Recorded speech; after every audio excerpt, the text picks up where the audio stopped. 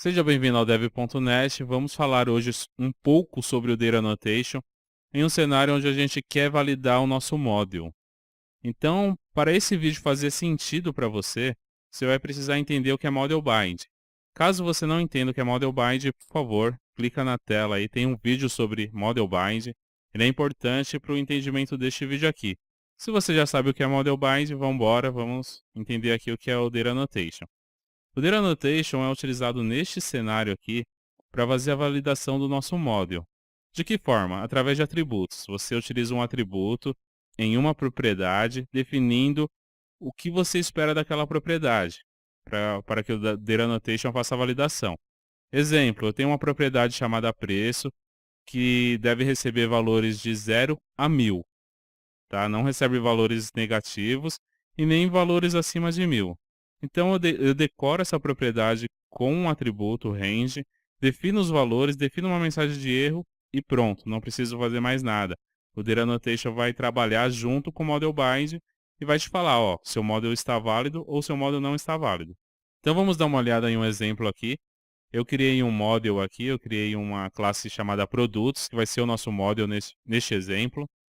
Então, a primeira coisa que a gente vai precisar é declarar o namespace system.componentModel.DataAnnotation. Este namespace contém todas as classes de validação disponível na framework. Existe até a possibilidade de você estender isso e criar um Data Annotation customizado, mas esse não é assunto para o vídeo de hoje. Vamos prosseguir e dar uma olhada naquelas opções que a gente utiliza com mais frequência. Eu não vou utilizar todas neste exemplo aqui, eu vou deixar um link onde você vai poder dar uma olhada em todas as opções que estão implementadas dentro da framework, mas aqui a gente vai dar uma olhadinha nas opções mais comuns. Então, a opção que a gente utiliza com mais frequência, com certeza, é o require, que diz basicamente, o require diz que aquela propriedade tem que ser preenchida, não é opcional, é de preenchimento obrigatório. Então, eu utilizo ela dessa forma, ela é bem simples, eu só decoro aqui, coloco o atributo require e defino uma mensagem de erro padrão. Caso o valor não seja preenchido, o que eu vou mostrar na tela é informe o nome do produto. Então, vamos passar para o próximo, no descrição. Anote que você pode utilizar quantos atributos você quiser em uma propriedade só, não tem limite para isso. Poderia colocar aqui 10 propriedades, 20 sem problema nenhum. Então eu voltei a utilizar o require aqui e eu coloquei um novo agora, o string len. O que o string len faz? Ele define a quantidade máxima em caracteres permitida para aquela propriedade. No caso aqui, a propriedade descrição terá no máximo 20 caracteres. E min-length faz o contrário, define a quantidade mínima de caracteres. Neste caso, serão apenas 10 caracteres. Na propriedade preço, eu vou definir um range. Então, eu estou falando que o meu range aqui vai de 0 a 1000. A minha propriedade precisa ser preenchida com valor entre 0 e 1000. Se eu colocar um valor negativo ou um valor maior que 1000, eu vou receber a mensagem de erro que eu defini aqui na Error Message. Agora, na propriedade e-mail do fabricante, nós temos um atributo um pouco diferente, que é o atributo display. Ele define o comportamento do HTML helper label for. Quando você utiliza o label for, ele vai escrever um label com o nome da propriedade. Exemplo, descrição, ele não vai colocar acento nenhum, vai ficar descricão, certo?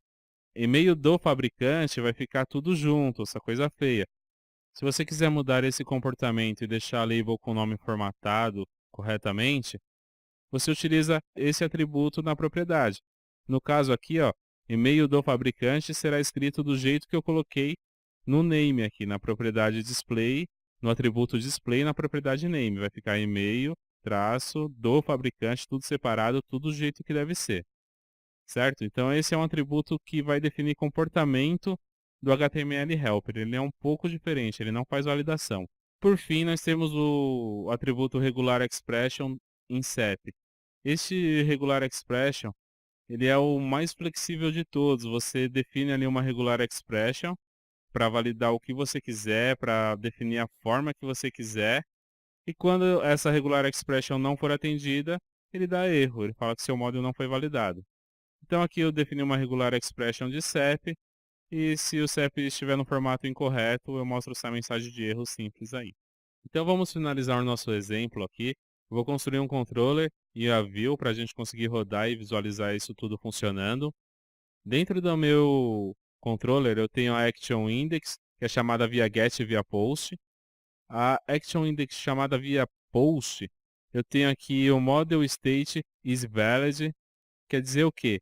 O meu modelo está válido, o model que eu estou recebendo aqui, ele está válido. Válido a partir do quê? A partir de tudo que a gente configurou dentro do model de produtos, utilizando os DER annotations.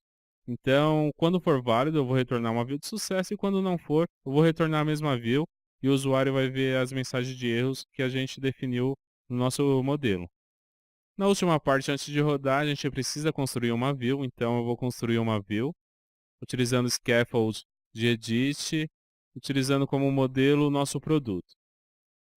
Então, eu vou apenas retirar esse script render aqui, que não interessa. E olhando mais a fundo aqui, vamos pegar um bloco só, todos são iguais. Então, eu tenho o label for para o e-mail do fabricante. Então, o que ele vai fazer? Ele vai escrever uma label utilizando aquele atributo display que a gente definiu para essa propriedade. As propriedades que não tiver, por exemplo, preço, vai ficar sem o cedilha, vai ficar preco. Na descrição a mesma coisa, vai ficar sem os acentos e sem o cedilha. E quando tiver o display, ele vai escrever o que você definir. O editor for vai simplesmente escrever o input para mim, e o validation message mostra a mensagem de erro quando necessário. Eu vou clicar em Start para a gente ver tudo isso funcionando. Então, no nosso formulário aqui, eu já vou clicar no botão salvar para ver já 3 mensagens de erros, falando que produto, descrição e preço são obrigatórios. Note que em preço a mensagem ficou em inglês porque eu não defini nenhuma mensagem, então ele utiliza a mensagem padrão da framework. Então, já vou mudar o nome aqui, descrição. Vou colocar já algum valor. Eu vou colocar uma descrição grande com mais de 20 caracteres para a gente ver aquele atributo string length funcionando. Ele dá a mensagem de erro para mim, ó, precisa ter apenas 20 caracteres.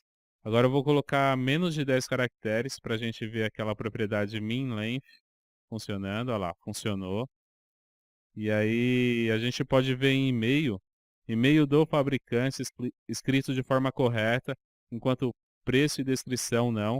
Está faltando o acento, está faltando cedilha. E o e-mail do fabricante está correto somente por causa daquele atributo display que a gente definiu na propriedade de e-mail do fabricante. O CEP ali, ó, também já regular expression funcionando. CEP não tem letras, então ó, já falou que o CEP é inválido. Em preço, se eu colocar um valor negativo, ó a mensagem que ele me dá. A mensagem que a gente definiu no atributo range. Então está tudo funcionando corretamente. Ó. Vou mudar o CEP para ficar no formato correto aqui, com um traço e com aquele traço para dividir 3 caracteres, você vai ver que está tudo ok. Olha lá, agora sim. Passou naquele meu if lá dentro da minha action, aí eu retorno essa view de sucesso. Com isso chegamos ao fim deste vídeo. Espero que eu tenha conseguido passar alguma informação para você, espero que você também tenha curtido o vídeo. Se curtiu, não esqueça de dar um like. Aguardo você numa próxima atualização. Um abraço e até lá!